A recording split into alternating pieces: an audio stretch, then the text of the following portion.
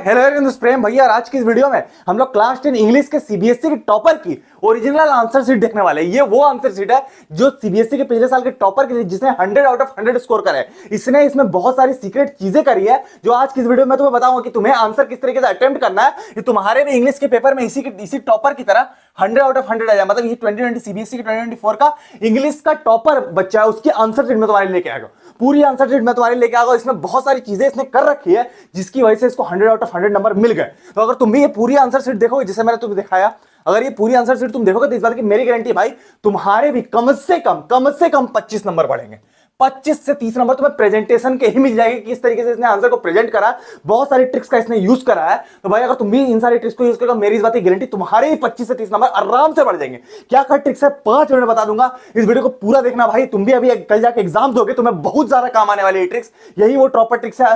अगर तुम इस तरीके से आंसर लिखोगे, टीचर को पहले पता चल जाएगा ये बच्चा टॉपर है और बिल्कुल तुम्हें पूरे के पूरे नंबर वो देगा, भले तुम्हारा आंसर गलत ही क्यों ना रहे। समझ रहे हो बात को? तो आंसर प्रेजेंटेशन बहुत इंपॉर्टेंट है। ये टॉपर का आंसर शीट है 2024 वाली की, इसको तुम अच्छे से देखना। इसके 100 आउट ऑफ 100 नंबर आए थे इंग्लिश में। क्लियर वाली बात है, इसको तुम अच्छे से देखना। स्टार्ट करते हैं यार हम लोग। वीडियो को स्टार्ट करने से पहले प्रेम भैया की तरफ से तुम्हारे एक बहुत इंपॉर्टेंट मैसेज है।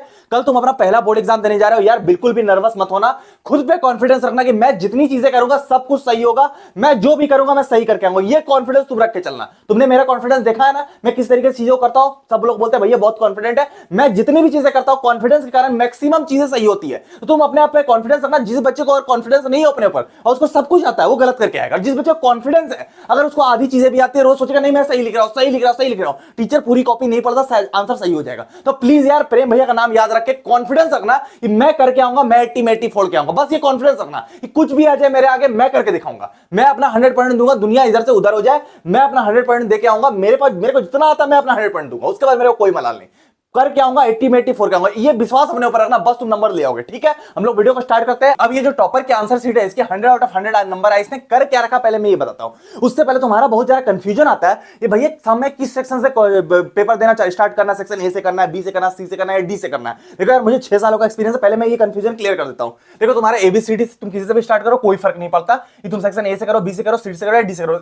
यूजुअली अच्छी चीज यही होती है कि पहले ए किया जाए, फिर बी किया जाए, फिर सी किया जाए और फिर डी किया जाए। समझ रहे बात को? लेकिन तुम सी से भी स्टार्ट कर सकते हो, बी से भी कर सकते हो, कोई फर्क नहीं। फर्क कहां पड़ता है? फर्क यहां पड़ता है कि अगर मान के चलो ए में क्वेश्चन नंबर 1 to 10 है, बी में 11 to 20 और सी में 21 to 30 है, तो इसका मतलब ये अगर तुमने सेक्शन ए स्टार्ट कर दिया, तुम्हें 1 to 10 के बीच ही कोई क्वेश्चन लिखना है। मतलब तुम जो भी अटेम्प्ट कर रहे हो 1 से 10 के बीच ही है। 1 to 10 भी कर सकते हो, या तुम पहले तुम्हें क्वेश्चन नंबर 3 अच्छे से आता, तुमने पहले क्वेश्चन नंबर 3 कर दिया, फिर 4 कर दिया, फिर 5 कर दिया, उस तरीके से गए और फिर कर दिया। लेकिन ये तुम नहीं कर सकते क्वेश्चन नंबर सेक्शन ए लिख के तुम बी वाले सेक्शन का क्वेश्चन नंबर 11 अटेम्प्ट करो, तब टीचर देखेगा नंबर काट देगा, टीचर सीधा नंबर काट देगा। तो वो तुम नहीं कर सकते। सेक्शन तुम कोई भी स्टार्ट करो, कोई फर्क नहीं पड़ता, क्वेश्चन उसी सेक्शन का होना चाहिए। समझ रहे बात को? तो ये तुम्हारा पहली इंपॉर्टेंट चीज कि सेक्शन से फर्क नहीं पड़ेगा। लेकिन मैं ये प्रेफर करूंगा कि पहले ए, फिर बी, फिर सी और फिर डी। ये वाला ये पैरामीटर सही रहता है। टीचर का दिमाग गर्म नहीं होता इससे। जो टीचर कॉपी चेक करता है आराम से नंबर देके चला जाता है। तो ऐसे देखा ये बच्चा मुझे बहुत घुमा रहा है, उसको क्वेश्चन नंबर 11 खोजना पड़ रहा है, वो तो नंबर काटेगा ही काटेगा तुम्हारा। हो सकता है उससे छूट जाए, चेक ही ना हो। समझ बात को? इसीलिए टॉपर जब भी कॉपी लिखता है, तुम देखो ये इस बच्चे ने आंसर भी लिख के, मैं तुम्हें आगे दिखाऊंगा, इस बच्चे ने जब आंसर भी लिख के तो बहुत अच्छे से पेयरिंग कर रखी। देखो इसने जैसे क्वेश्चन नंबर 1 का आंसर लिखा, सेक्शन नंबर ए लिखा, तो किस तरीके से सेक्शन ए मेंशन करा, इसने सेक्शन मेंशन करा, आप क्वेश्चन लिखना स्टार्ट करिए। समझ बात को? 25 मार्क्स तुम्हारे बढ़ जाएंगे इसको देखने के बाद, इस बात की गारंटी। ठीक है, अब इसने आंसर नंबर 1 क्वेश्चन नंबर 1 का आंसर लिखा, आंसर नंबर 1 लिखे, इसने आंसर लिखा, ये जो आंसर है ये लिखा। अब इसने एमसीक्यू वाले क्वेश्चन का आंसर कैसे लिखा? सिर्फ इसने डी ऑप्शन लिख के छोड़ दिया। इसको ये सारा पूरा ऑप्शन भी लिख देता, लेकिन सिर्फ इसमें डी लिख के छोड़ दिया। कोई दिक्कत नहीं है, ऐसे भी लिखा जा सकता है। ठीक है, तीसरी चीज इसमें देखने लायक है, इसने जितने इंपॉर्टेंट पॉइंट्स सबको इसने हाईलाइट करा। तुम देखो सस्टेनेबल डेवलपमेंट को हाईलाइट किस तरीके से करा है, तो टीचर तो समझ जाएगा, बच्चा जानकार है। इसने हाईलाइट तुरंत नहीं करा है, पेपर देने के बाद आके करा है, ऐसे तो इसका टाइम वेस्ट हो जाता। तो सस्टेनेबल डेवलपमेंट को, रीसेंट टाइम्स को, इसने जितने इंपॉर्टेंट पॉइंट है सारे को हाईलाइट कर दिया। समझ? ये रीडिंग कॉम्प्रिहेंशन था इसका। अब यहां पर भी इसका रीडिंग कॉम्प्रिहेंशन नहीं चल रहा, तुम अगर देखोगे तो। अब इसने सारी चीजों को हाईलाइट कर दिया, तुम सीरियस को, नेसेसिटी को, सारी चीज को इसने हाईलाइट कर दिया नीचे लाइन पढ़ के। तो ये लास्ट में तुम्हें करना है। क्लियर वाली बात है? और कितनी सही तरीके से इसने किया। क्वेश्चन नंबर 4 का ये आंसर है, देखो 4 का आंसर हाईलाइट करा, 5 का करा, ये इस तरीके से पहला करा। दूसरा स्टेप इसने क्या करा कि क्या भैया राइटिंग मैटर करती है। दूसरा क्वेश्चन आता है क्या भैया राइटिंग मैटर करती है। तो देखो यार टॉपर बच्चे की तुम राइटिंग देख सकते हो, स्पीड मैटर करता है, राइटिंग मैटर नहीं करती। ये राइटिंग बहुत कुछ सुंदर नहीं लिखी, इस बच्चे ने स्पीड में लिखा होगा, इसने 2 घंटे में ही पेपर खत्म कर दिया होगा, क्योंकि इसने स्पीड में लिखा। राइटिंग मैटर नहीं करती, कभी भी राइटिंग मैटर नहीं करती। तुम राइटिंग के बीच में कितना स्पेस दे रहे हो, इसमें कितना सारा स्पेस है। तुम देखो रेजोल्यूशन ऑन कल्चर, कितना स्पेस था इसमें, तो ये राइटिंग उतनी अच्छी नहीं, लेकिन स्पेस की वजह से राइटिंग बहुत अच्छी लग रही है। समझ रहे हो बात को? तो इस तरीके से तुम्हें राइटिंग स्पीड लिखने पर कोशिश करना भाई, नहीं तो पेपर छिना जाएगा। मैं बार बार बता रहा हूं, स्पीड लिखने पर कोशिश करना, टाइम मैनेजमेंट पर कोशिश करना। ये मत कि सुंदर सुंदर हम लिख रहे हैं पेपर के आखिर में रगड़ रहा है, कोई ऐसी जरूरत नहीं है। स्टार्टिंग से ही स्पीड मेंटेन करना, टीचर को कोई फर्क नहीं पड़ता तुम क्या लिखो, इससे फर्क पड़ता है कितना सुंदर लिखो, उससे कोई फर्क नहीं पड़ता। ठीक है, और इसने क्या क्या कर रखा मैं तुम्हें समझा दे रहा हूं।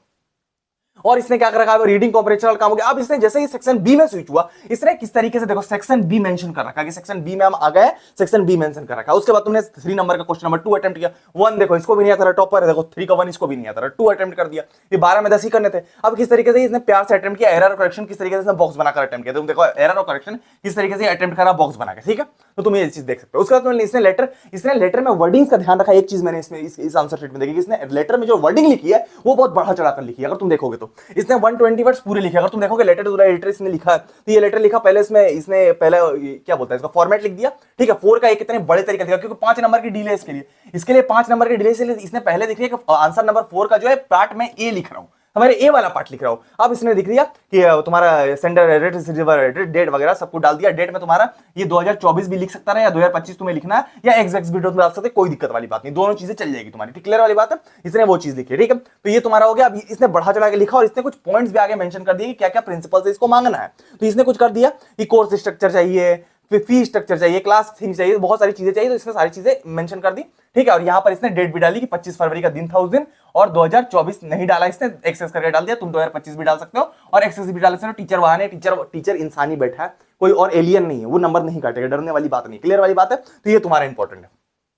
अब तो इसने देखो कितने बढ़ा के लिखा, यहां तक यहां से गया और यहां से यहां तक पूरा प्रॉपर लिखा। ठीक है, अब ये क्वेश्चन नंबर 5 में आया एनालिटिकल पैराग्राफ। एनालिटिकल पैराग्राफ में इसने क्या करा, इसने मेन पॉइंट्स को हाईलाइट करना स्टार्ट किया। देखो नंबर ऑफ जीम्स, कंसर्न, ये सारी चीजों को इसने हाईलाइट करना, अंत में हाईलाइट किया, पहले लिख लिया होगा, तो लिख लिया। देखो इसने पूरा लिखा और इसने कोई भी पैराग्राफ नहीं छोड़ा। तुम देखोगे तो कोई भी पैराग्राफ नहीं, सीधा सीधा लिखा हुआ, आखिर में फुल स्टॉप है, खत्म है। ठीक है, इस तरीके से एनालिटिकल पैराग्राफ जो इंपॉर्टेंट पॉइंट्स है ये हाईलाइट या 2022 सब कुछ हाईलाइट करके ये लिख रहा है। देख रहे हो लाइन पार पार के, टीचर को पता चलेगा, बच्चा पहले दिखा रहा है, टीचर को कॉपी नहीं। अगर तुम्हारे टीचर कॉपी पढ़ लेगा, टीचर कभी भी बोर्ड एग्जाम में कॉपी को पढ़ता नहीं है। अगर टीचर ने तुम्हारी कॉपी पढ़ ली बोर्ड एग्जाम में, तुम्हारे नंबर कटे। और तुम्हारे टीचर अगर टीचर ने कॉपी तुम्हारी नहीं पढ़ी, तुम्हें नंबर मिल जाएंगे। कोई टीचर बोर्ड एग्जाम में कॉपी चेक करने से पहले कॉपी को पढ़ता नहीं है, ये तुम्हारी गलतफहमी है। वो ऐसे ही चेक करता है, बिना पढ़े कॉपी को चेक करता है वो। समझ रहे बात को? तो ये इंपॉर्टेंट है। उसका तुम्हारा आगे क्या सेक्शन सी है, देखो किस तरीके से सेक्शन इस बच्चे ने हाईलाइट कर रखा है। इस सेक्शन सी सेक्शन को मेंशन करें, लिटरेचर सेक्शन है। अब क्वेश्चन नंबर 6 का भी, क्योंकि इसके लिए 5 नंबर की डील है, तो इसने बता दिया कि 6 नंबर का मैं बी पार्ट अटेम्प्ट कर रहा हूं। देख रहे हो किस तरीके से इसने बताया, बी पार्ट इसने एक एक्स्ट्रा बेस्ड क्वेश्चन है, इसने अटेम्प्ट करा। देख रहे हो किस तरीके से एमसीक्यू, किस तरीके से ये एमसीक्यू है, इस तरीके से एमसीक्यू को सी ऑप्शन देकर अटेम्प्ट कर दिया इसने। ठीक है, आगे तुम बढ़ो। अब देखो इसे 7 का बी पार्ट अटेम्प्ट कर रहा है, देखो किस तरीके से ये हाईलाइट कर रहा बंदा। और देख रहा इसने बीच बीच में क्वेश्चंस में भी हाईलाइट करा। अगर तुम देखो तो डीप बॉन्ड, लव्ड, इसने कुछ पॉइंट को हाईलाइट करा। देखो यहां पर भी डीप बॉन्ड को हाईलाइट करा इसने। समझ रहे बात को? तो ये इंपॉर्टेंट 7 नंबर वाले भी इसी तरीके से इसने करा। ठीक है, हम आगे आएंगे। आगे तुम्हारा देखो 8 नंबर। अब क्या इंपॉर्टेंट कीवर्ड को इसने हाईलाइट करा। देखो यहां पर हेमलॉक ट्री को किस तरीके से इसने हाईलाइट करा। इंपॉर्टेंट कीवर्ड को हाईलाइट करना लास्ट में जरूरी है।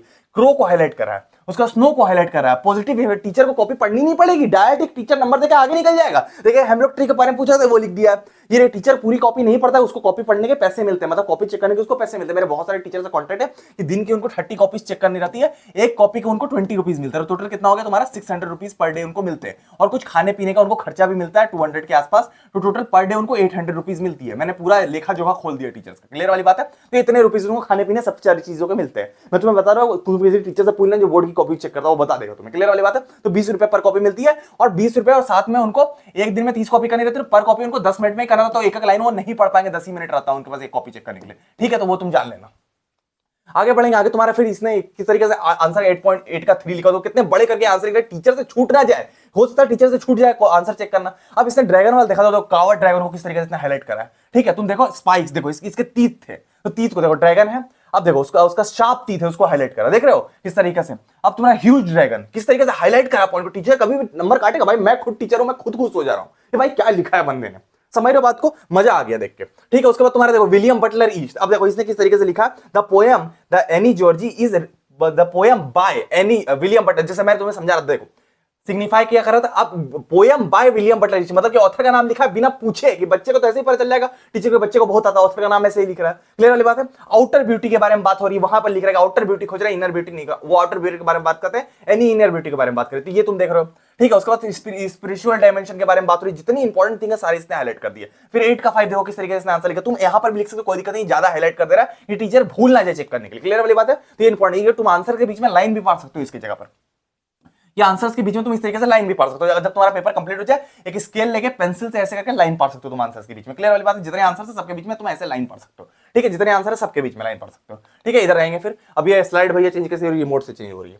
ठीक है, उसके बाद देखो इस आंसर के बीच में भी तुम ऐसे लाइन पढ़ सकते हो। अगर तुम्हारे पास टाइम बचा, इसने लाइन पढ़ने छोड़ के इसने ऊपर ऊपर लिख दिया, यहां और यहां दो जगह इसने मेंशन कर दिया। क्वेश्चन नंबर 9 पे यहां पर लिखा है। अब देखो यहां पर जैसे ये मैटिल्डा वाला जो क्वेश्चन है, तुम यहां पर अगर देखोगे तो ये किसी चैप्टर का क्वेश्चन होगा। अब यहां पर देखो इसने किस तरीके से इंपॉर्टेंट पॉइंट्स को हाईलाइट करा। तो ये पेपर खत्म होने के बाद तुम्हें जो 10 मिनट बच जाए ना टाइम मैनेजमेंट में, वो तुम्हें ये काम कर देना। क्लियर वाली बात है। ये काम तुम्हें 10 पेपर खत्म होने के बाद करना, पहले ही नहीं करने लगना, पेपर ही छूट जाएगा। ग्रिफिन वाला क्वेश्चन है। क्लियर वाली बात है। हम लोग आगे बढ़ेंगे। आगे तुम्हारा देखो मास्टरपीस के बारे में बताया गया भूली वाला में। और इसने इंपॉर्टेंट क्वेश्चन, तुमने एक चीज और देखा होगा, इसने जो बड़े बड़े क्वेश्चन है, मैं थोड़ा सा इधर आता हूं, इसने जितने इंपॉर्टेंट 6 नंबर वाले क्वेश्चन इसमें 2 बार लिखा है। देखो यहां पर एक लिखा है, एक यहां पर लिखा है। इसने क्वेश्चन नंबर बार बार करके डाला, और जितने इंपॉर्टेंट पॉइंट है बाकी देखो, childhood of narrator in Goa days. अब इसने कंपेयर करा, जैसे मैंने तुम्हें बताया नेल्सन मंडेला का चाइल्डहुड और गोवा डेज का चाइल्डहुड किस तरीके से कंपेयर करा, तुम देख रहे हो, दोनों को कंपेयर करके रखा और 120 वर्ड के आसपास में लिख दिया इसने। समझ रहे बात को। और इस वाले को भी इसने इसी तरीके से करा, क्वेश्चन नंबर 11 को अब इसने थिफ स्टोरी पे लिखा है और इसने पूरी तरह से हाईलाइट कर दिया। क्लियर, इसको 100 में 100/100 नंबर मिल गए। तो तुम भी इस तरीके से अटेम्प्ट करके ध्यान रखना, सेक्शन ABCD करके स्टार्ट करना, सारी चीजें वैसे ही करना। उसके बाद राइटिंग की स्पीड मेंटेन रखना, और जो इस बंदे ने करा है, हाईलाइट करा है, चीजों को हाईलाइट करा, वो तुम चैप्टर के लास्ट में करना। और ज्यादा काटा पीटी मत करना। आंसर अगर गलत हो जाए, आंसर मान के चलो तुमने कोई चीज लिखा गलत है, एक बार काट के ऐसे निकल जाना, कुछ नहीं, इसे एक बार ऐसे काट देना, टीचर को नजर भी आएगा, वो पढ़ेगा भी नहीं। तो मेरे पे बहुत जगह इसने काट रखा था। तो इस तरीके से तुम करोगे तो बहुत अच्छा रहेगा। स्पीड मेंटेन रखना, बस इससे बाहर पेपर नहीं आएगा। तुमने आंसर देखी रखी हुई, कितनी neat and clean answer sheet तुमने देख रही हुई। क्लियर बात है। और इंग्लिश के अगर तुमने श्योर क्वेश्चन नहीं देखे, तुम यहाँ पर क्लिक कर देख सकते हो, यहाँ पर पूरा इंग्लिश का श्योर क्वेश्चन मिल जाएगा तुम्हें। इससे डायरेक्ट पेपर आने वाला है, यहाँ तुम क्लिक कर देख सकते हो। मिलते हैं हम लोग किसी और वीडियो में। टाटा।